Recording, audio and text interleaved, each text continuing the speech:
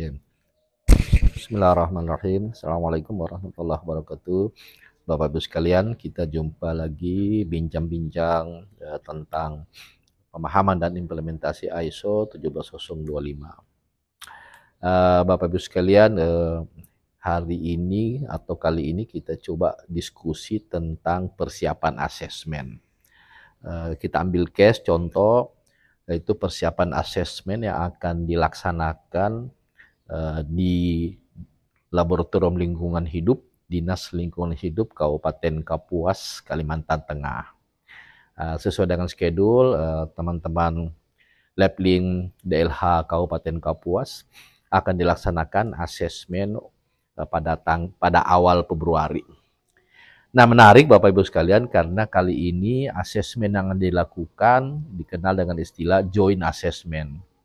Kenapa diberikan istilah joint assessment? Karena asesmen berlangsung dengan dua sistem mutu, yaitu sistem mutu sebagai lab lingkungan dan sistem mutu sebagai lab pengujian berdasarkan ISO 17025.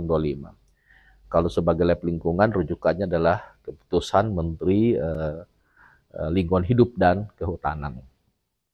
Nah, secara umum joint assessment ini dilakukan dua tahap, yaitu pembuktian kompetensi sebagai lab lingkungan berdasarkan keputusan Menteri LHK dan pembuktian kompetensi sebagai lab pengujian berdasarkan ISO 17025 tahun 2017.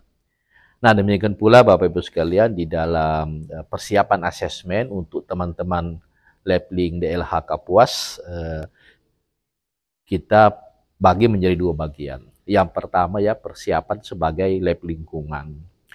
Nah, di dalam persyaratan sebagai lab lingkungan ada 3 tambahan. Jadi kalau kita sudah menyiapkan sistem mutu laboratorium berdasarkan ISO 17025, nah, kemudian kalau akan diakses sebagai lab lingkungan, maka ada 3 persyaratan tambahan, yaitu persyaratan tentang sampling lingkungan tentunya, yang kedua persyaratan tentang pengelolaan limbah laboratorium, dan yang ketiga persyaratan tentang K3, keselamatan dan kesehatan kerja. Nah, Bapak Ibu sekalian, kita coba diskusi tentang persiapan sampling. Di dalam persiapan sampling sebagai lab lingkungan, maka ada beberapa hal yang perlu kita cermati. Yang pertama dari sisi legal aspeknya. Yang kami maksud dengan legal aspeknya adalah legal aspek dari petugas pengambil contoh atau PPC. Maka perlu disiapkan SK pengangkatan atau penunjukan sebagai seorang PPC. Kemudian legal aspek yang lain tentu saja masuk di dalam struktur organisasi laboratorium. Jadi struktur tentang lab lingkungan itu menjadi satu dengan struktur sebagai laboratorium penguji berdasarkan ISO 17025. Kemudian kita juga perlu mempersiapkan beberapa dokumen. Yang pertama adalah dokumen IKM sampling. Apakah itu IKM sampling air badan air permukaan, atau IKM sampling air limbah. Kemudian kita juga perlu mempersiapkan beberapa formulir. Formulir yang lazim paling tidak ada 3, minimal ada 3 formulir. Yang pertama adalah formulir tentang surat tugas pengambilan sampel. Karena kita pahami bahwa proses pengambilan sampel ke lapangan itu ada muatan hukumnya atau legal aspeknya. Sehingga kita perlu menyiapkan surat tugas pengujian. Kemudian yang kedua, kita perlu mempersiapkan formulir untuk merekam data lapangan. Untuk merekam data pengukuran parameter-parameter lapangan. Kemudian yang ketiga, kita perlu mempersiapkan berita acara pengambilan sampel jika ada pelanggannya. Tetapi kalau untuk air permukaan atau air sungai atau air laut tidak diperlukan berita acara. Nah, Bapak Ibu sekalian, sedikit informasi tambahan bahwa berdasarkan keputusan Kementerian LHK untuk diangkat atau untuk diakses sebagai lab lingkungan, maka jumlah parameter minimal harus 10. Terdiri atas 3 parameter lapangan, misalnya pengukuran suhu, pH, daya hantar listrik, kemudian kekeruhan, sisa klor, dan seterusnya. Kemudian 7 parameter laboratorium. Ini persyaratan minimal untuk mengajukan sebagai lab lingkungan untuk dilakukan joint assessment. 10 parameter, 3 parameter lapangan, dan 7 parameter laboratorium.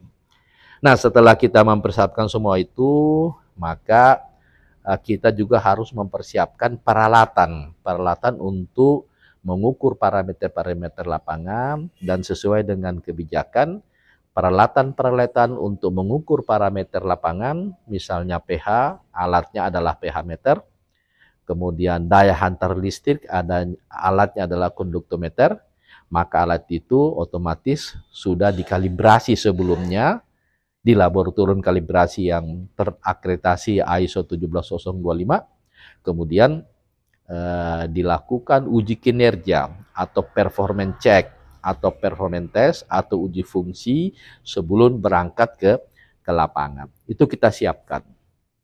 Kemudian yang lain perlu kita siapkan adalah reagensia untuk pengawetan sampel jika diperlukan. Kemudian kita perlu menyiapkan beberapa wadah. Yang pertama adalah wadah untuk penerapan jaminan mutu. Nah, di dalam sampling ini Bapak Ibu sekalian, ada 4 penerapan jaminan mutu yang harus kita demonstrasikan di hadapan asesor pada waktu pelaksanaan witness, namanya witness. Kontrol yang pertama adalah kontrol kontaminasi wadah. Kontrol kontaminasi wadah ini caranya kita menyiapkan wadah yang kosong, bersih, kemudian kita isi air bebas mineral atau aqueous, kemudian kita tutup yang rapi, kemudian kita bawa ke lapangan. Jangan lupa wadahnya kita kasih kode. Kode adalah katakanlah kontrol kontaminasi wadah, atau bisa dibuatkan akronim. Ini kontrol pertama. Yang kedua adalah kontrol kontaminasi alat. Jadi alat-alat yang kita gunakan untuk pengambilan sampel, apakah gayung, atau mungkin timba, atau mungkin alat yang lain. Dalam kondisi bersih, kita bawa ke lapangan. Kemudian setiap di lapangan, kita bilas alat tersebut, kemudian bilasannya kita tampung. Kita tampung ke dalam wadah yang bersih, kita kasih kode kontrol kontaminasi alat. Kemudian kontrol yang ketiga adalah split sampling. Nah, split sampling ini untuk kontrol akurasi pengambilan sampel. Kita mengambil sampel di satu titik dengan menggunakan alat yang telah kita bersihkan, kemudian kita masukkan ke dalam wadah yang besar, bisa berupa ember, bisa berupa baskom, kemudian kita homogenkan, kemudian kita split jadi 2. Misalnya kita kasih kode S1 dan S2. S itu akronim daripada split. Nah, kemudian kita tutup yang rapi, kemudian kita siapkan, kita masukkan ke dalam kontainer. Kemudian kontrol yang keempat adalah duplicate sampling.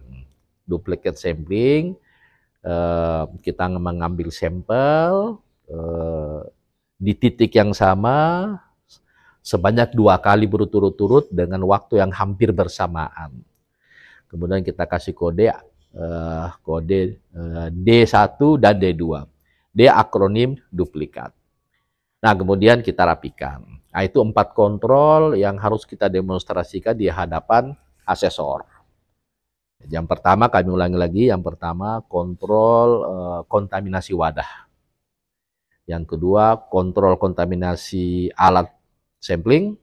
Yang ketiga, split sampling. Yang keempat adalah duplicate sampling.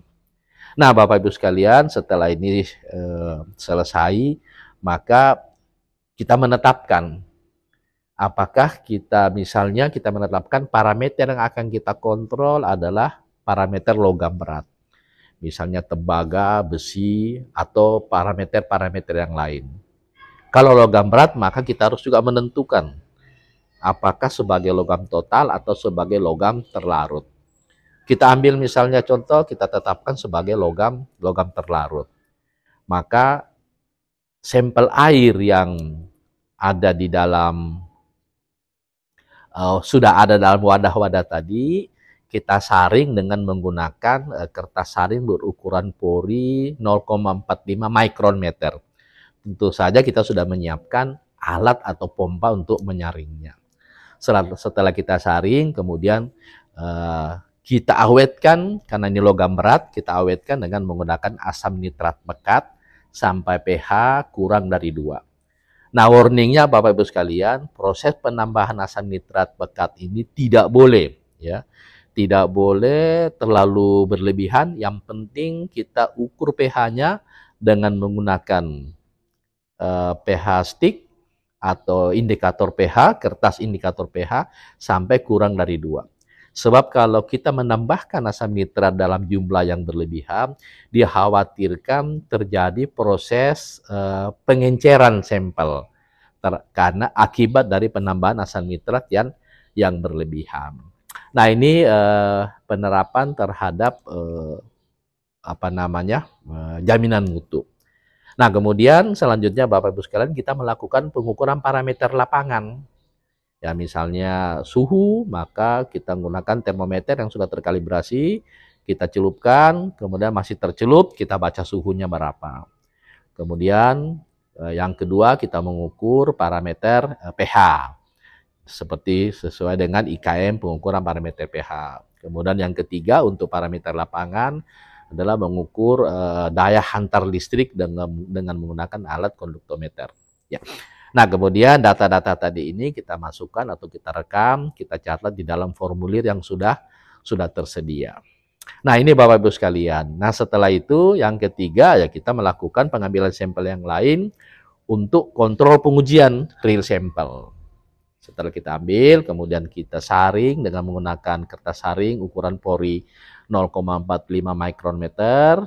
Kemudian kita awetkan dengan menggunakan asam nitrat pekat sampai kurang dari pH kurang dari 2. Nah, sekarang Bapak Ibu sekalian, kita dalam penerapan jaminan mutu ini kita mempunyai namanya akseptan kriteria.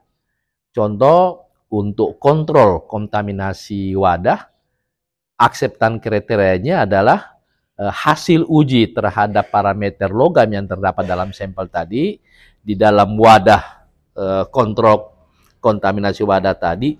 Jika hasil ujinya misalnya logam beratnya besi, jika hasil ujinya lebih kecil daripada batas deteksi atau lebih kecil dari MDL, maka dikatakan tidak terjadi kontaminasi terhadap wadah. Bagaimana dengan kontrol kontaminasi terhadap alat? Sama juga. Jika hasil uji bilasan alat tadi yang telah kita saring dan awetkan, kita uji parameter besi di laboratorium. Jika hasil ujinya lebih kecil daripada batas deteksi metode, maka kita simpulkan tidak terjadi kontaminasi terhadap alat. Yang ketiga, kontrol split. Kontrol split itu ada split 1 dan split 2. Sekali lagi, jika hasilnya antara wadah pertama dan wadah kedua biasnya lebih kecil dari 10%, maka dikatakan bahwa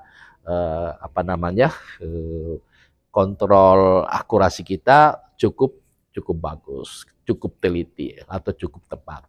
Yang keempat adalah kontrol duplikat. Demikian pula duplikat antara pengukuran pertama dan kedua biasnya kurang dari 10%. Nah, ini Bapak Ibu sekalian penerapan jaminan mutu yang harus kita demonstrasikan di hadapan tim asesor.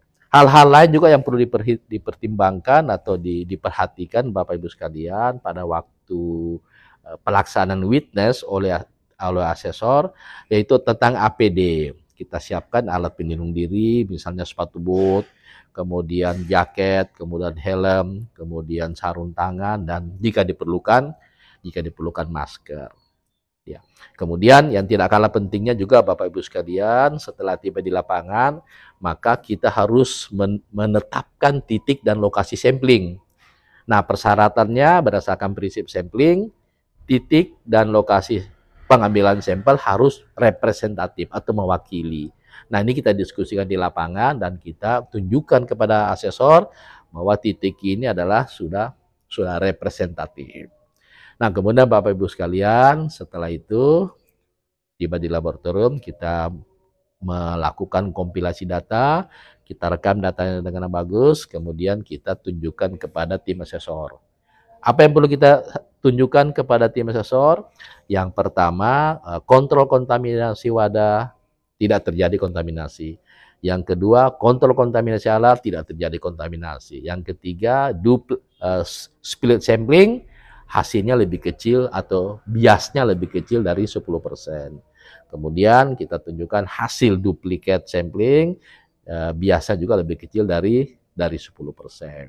Nah, ini Bapak Ibu sekalian, diskusi awal kita tentang persiapan asesmen untuk lab lingkungan.